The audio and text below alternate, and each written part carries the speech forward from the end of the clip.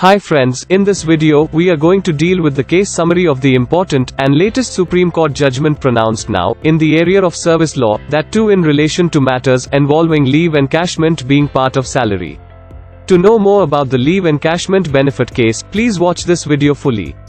If you feel that it's useful to you, please like, share and comment, and never ever forget to subscribe to it, and further click on the bell icon next to the subscribe button.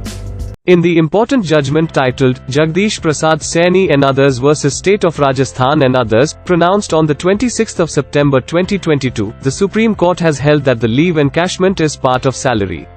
The facts of the case would be that the appellants were appointed against sanctioned posts. They continued to work uninterruptedly in that establishment on a regular basis. By a unilateral resolution, the managing committee of the establishment decided to discontinue receipt of grant in aid from the state. In the meanwhile, the state brought into force the Rajasthan Voluntary Rural Education Service Rules, 2010, with the objective of providing security to the employees working in aided institutions, and to absorb them in the state's service. The appellants sought their absorption with the state in accordance with the rules. Finally, they were driven to file writ petitions before the Rajasthan High Court. The High Court held that neither gratuity nor leave encashment was covered by expression, salary, under Rule 10 of the Rajasthan Voluntary Rural Education Service Rules, 2010 or under the Rajasthan Non-Government Educational Institutions Recognition Grant in Aid and Service Conditions, Extra, Rules, 1993. Being aggrieved, present appeal has been filed. The Supreme Court has held that non-government educational institutions in Rajasthan are governed by the Rajasthan Non-Government Educational Institutions Act, 1989, and the rules framed. In the present case, the appellants had to fight for their entitlements. The state initially refused them the benefit of regularization. Their petitions for relief were unsuccessful. Ultimately, this court, by its order, dated 19 July 2016, directed their regularization.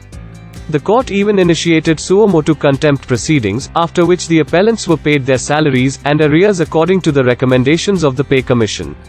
However, the appellants' complaint of non-compliance with the respondents' obligation to pay leave encashment and gratuity for the period they were in the aided establishment was not gone into.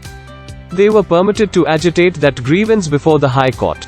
Upon their doing so, the High Court gave short shrift to their argument, holding that since arrears of salary had been paid, nothing more was needed to be done. In State of Rajasthan and Another vs. Senior Higher Secondary School, Lachmangad reported in 2005, 10, SCC 346, this court held that salary under the Act includes leave encashment. The aforementioned reasoning is binding and conclusive as regards entitlement of the appellants to claim leave encashment benefits. In the scheme of the Rajasthan Non-Government Educational Institutions Recognition Grant in Aid and Service Conditions, Extra, Rules, 1993, the assessment of, and determination of the extent of, aid to be granted to any institution, is provided by Rule 13. What forms part of the approved expenditure that would be the content of aid, is provided by Rule 14.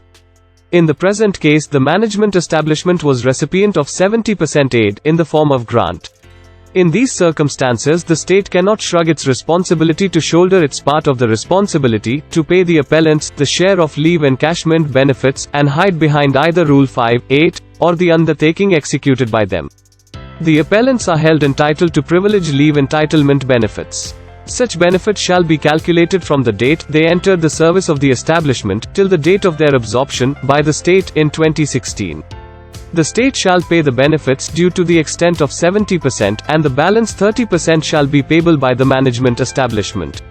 Therefore, with respect to leave encashment, the state and the respondent numbers 3 to 7 are liable to pay the appellants, in the ratio of 70:30 respectively. The respondent state shall, within 4 weeks from today, determine the extent of entitlement of each appellant, and communicate the extent of amount payable by the management establishment to the appellants. These amounts shall be paid by all the respondents within 6 weeks from today.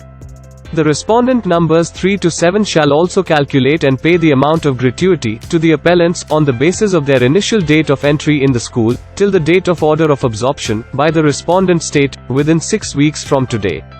Since both sets of respondents contested their liability and denied them to the appellants, the amounts payable to the appellants shall also carry interest, at the rate of 10% from the dates of their entitlement, till the date of payment. The impugned order is therefore set aside. The appeal is allowed in terms of the above directions.